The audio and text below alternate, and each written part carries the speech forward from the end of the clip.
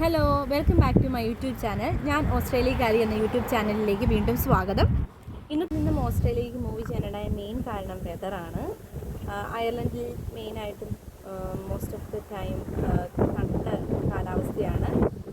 ഓസ്ട്രേലിയയിൽ അങ്ങനെയല്ല, അതിൽ നിന്ന് വ്യത്യാസമുണ്ട്. ഇവിടെ വിൻ്റർ ടൈമിലാണെങ്കിൽ തന്നെയും അയർലൻഡിൽ അത്രയും തണുപ്പില്ല. ഇപ്പോൾ ഇവിടെ സമ്മറാണ്. സമ്മറിൽ നല്ല വെതറാണ് ഇവിടുത്തെ. നല്ല ചൂടുണ്ട്, നല്ല വെതറാണ് ഇവിടുത്തെ. അതുപോലെ തന്നെ രണ്ടാമതായി കാരണമെന്ന് പറയുന്നത് ഫാമിലി മെമ്പേഴ്സാണ്. ഓസ്ട്രേലിയയിൽ ഞങ്ങളുടെ ഫാമിലി മെമ്പേഴ്സ് ഉണ്ട്. എൻ്റെ ഹസ്ബൻഡിൻ്റെ സിസ്റ്റർ ഇവിടെയുണ്ട്. സോ അതാണ് രണ്ടാമത്തെ കാരണം ഞങ്ങൾ അയർലൻഡിൽ നിന്നും ഓസ്ട്രേലിയയിലേക്ക് മൂവ് ചെയ്തത്. ഇനി മെയിനായിട്ടും അടുത്ത കാരണം എന്ന് പറയുന്നത് പേ ഡിഫറൻസ് ആണ്. ഓസ്ട്രേലിയയിൽ അയർലൻഡിനേക്കാളും കുറച്ചുകൂടി കൂടുതൽ സാലറി ഉണ്ട്. സോ അതാണ് അടുത്ത കാരണം ഞങ്ങൾ മൂവ് ചെയ്യാനുണ്ടായത്. പിന്നെയെന്ന് പറയുന്നത് കിഡ്സ് എൻ്റർടൈൻമെൻ്റ് ആണ്. അറിയാവുന്നതുപോലെ തന്നെ അയർലൻഡിൽ നല്ല തണുത്ത കാലാവസ്ഥ ആയതുകൊണ്ട് കിഡ്സിന് പുറത്തിറങ്ങാനോ അവർക്ക് ആക്ടിവിറ്റീസ് ചെയ്യാനുള്ള ഓപ്പർച്യൂണിറ്റീസ് കുറവാണ്. അത് വെച്ച് നോക്കുമ്പോൾ ഓസ്ട്രേലിയയിൽ നല്ല രീതിയിൽ ഓപ്പർച്യൂണിറ്റീസ് ഉണ്ട്. കാരണം ഇവിടെ ഇപ്പോൾ ചൂടാണ്. സോ അവർക്ക് പുറത്തേക്ക് ഇറങ്ങാം, കളിക്കാം, അങ്ങനെ പല എൻ്റർടൈൻമെൻറ്റ്സ് കാര്യങ്ങളുണ്ട്. നമുക്ക് പുറത്ത് പോയി പാർക്കിലൊക്കെ പോകാം. അത് ആണ് അടുത്തതായിട്ടുള്ള കാരണം എന്ന് പറയുന്നത്. അടുത്തതായിട്ട് വരുന്നത് ഡ്യൂട്ടി ഹവേഴ്സാണ്.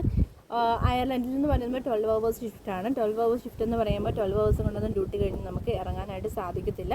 അതൊരു 13 അല്ലെങ്കിൽ 14 മണിക്കൂർ നമുക്ക് ഡ്യൂട്ടി ഉണ്ടാവും. അത് കഴിഞ്ഞിട്ടൊക്കെയാണ് നമുക്ക് ഇറങ്ങാൻ പറ്റത്തുള്ളൂ. അപ്പോൾ ഫാമിലിയായിട്ട് സ്പെൻഡ് ചെയ്യുന്ന സമയം അവിടെ കുറവാണ്. അതൊരു ടൈറ്റ് ഷിഫ്റ്റായിട്ടാണ് എനിക്ക് ഫീൽ ചെയ്തിട്ടുള്ളത്. അതുപോലെ തന്നെ ഓസ്ട്രേലിയയിലാണെങ്കിൽ 8 hours ഷിഫ്റ്റാണ്. അപ്പോൾ 8 hours 8 അല്ലെങ്കിൽ 9 hours കഴിഞ്ഞിട്ട് നമുക്ക് ഡ്യൂട്ടി കഴിഞ്ഞിട്ട് ഇറങ്ങിക്കഴിഞ്ഞാൽ നമുക്ക് ഫാമിലിയായിട്ട് സ്പെൻഡ് ചെയ്യാനുള്ള സമയം അവിടെയുണ്ട്. മറ്റൊരു ഡിസഡ്വാൻറ്റേജ് എന്ന് പറയുന്നത് കൾച്ചർ ഡിഫറൻസ് ആണ്. അയർലൻഡിൽ അവിടുത്തെ പീപ്പിൾ എന്ന് വെച്ചിട്ടുണ്ടെങ്കിൽ വളരെ ഫ്രണ്ട്ലി ആയിരുന്നു, ഈസിലി അപ്രോച്ചബിൾ ആയിരുന്നു അവിടുത്തെ പീപ്പിൾ. അപ്പോൾ ഓസ്ട്രേലിയയിലെ ആളുകൾ എന്ന് പറയുമ്പോൾ അവർ കുറച്ച് റൂഡായിട്ടുള്ളവരാണ്. നമ്മുടെ അയർലൻഡിനെ വെച്ച് നോക്കുമ്പോൾ അവരുടെ അത്രയും ഫ്രണ്ട്ലി ആയിട്ടുള്ളവരല്ല. അടുത്ത ഡിസഡ്വാൻറ്റേജ് എന്ന് വെച്ചിട്ടുണ്ടെങ്കിൽ നമുക്ക് അയർലൻഡിൽ ചൈൽഡ് ബെനിഫിറ്റ് ഉണ്ടായിരുന്നു. നമുക്ക് മന്ത്ലി ഓരോ ചൈൽഡിനും €140 വെച്ച് കിട്ടുമായിരുന്നു. ബട്ട് ഓസ്ട്രേലിയയിൽ ചൈൽഡ് ബെനിഫിറ്റ് ഇല്ല. അയർലൻഡിൽ നിന്നും ഞങ്ങൾ ഓസ്ട്രേലിയയിലേക്ക് ജോബ് അപ്ലൈ ചെയ്തത് സീക്ക് വഴിയാണ്. എന്നിട്ടൊരു എംപ്ലോയറിനെ കണ്ടുപിടിച്ച് അവർ ഇൻ്റർവ്യൂ ഓർഗനൈസ് ചെയ്ത് അതിനുശേഷം വിസയ്ക്ക് അപ്ലൈ ചെയ്തു. എന്നിട്ട് മെഡിക്കൽ ഞങ്ങൾ ചെയ്തു. മെഡിക്കൽ ഞങ്ങൾ ചെയ്തത് അയർലൻഡിലെ മാറ്റർ പ്രൈവറ്റ് ഹോസ്പിറ്റൽ, ഡബ്ലിനിലുള്ള മാറ്റർ പ്രൈവറ്റ് ഹോസ്പിറ്റലിലാണ്. അതിനുശേഷം വിസ അപ്രൂവ് ആയതിനു ശേഷം ഞങ്ങൾ ഡയറക്റ്റ് അവിടുന്ന് അയർലൻഡിൽ നിന്നും ഓസ്ട്രേലിയയിലേക്ക് വരുമായിരുന്നു. ഞങ്ങൾ നാട്ടിലേക്കൊന്നും പോയില്ല.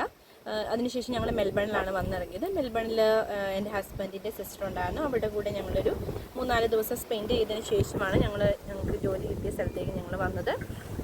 ഇവിടെ വന്നതിന് ശേഷം ഞങ്ങൾക്ക് എംപ്ലോയർ ഒരു 1.5 month ഞങ്ങൾക്കൊരു ഫ്രീ അക്കോമഡേഷൻ തന്നിട്ടുണ്ടായിരുന്നു. അവരുടെ തന്നെ യൂണിറ്റിലായിരുന്നു ഞങ്ങൾക്ക് ഫ്രീ അക്കോമഡേഷൻ.